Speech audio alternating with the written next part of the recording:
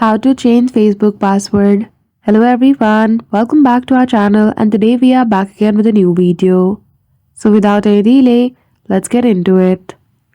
For that, firstly open Facebook application, log in with your account details, click on the three lines at the top right corner, go to settings and privacy and click on account meta center. After that go to password and security. Click on change password, choose your connected account, and firstly at the top box you need to provide your current password. And now below in new password and retap new password, simply enter the new password with which you want to change. And that's it.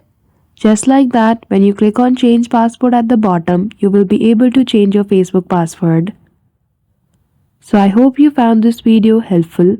If you did, don't forget to give it a thumbs up and subscribe to our channel for such tutorial. Thank you for watching till the end.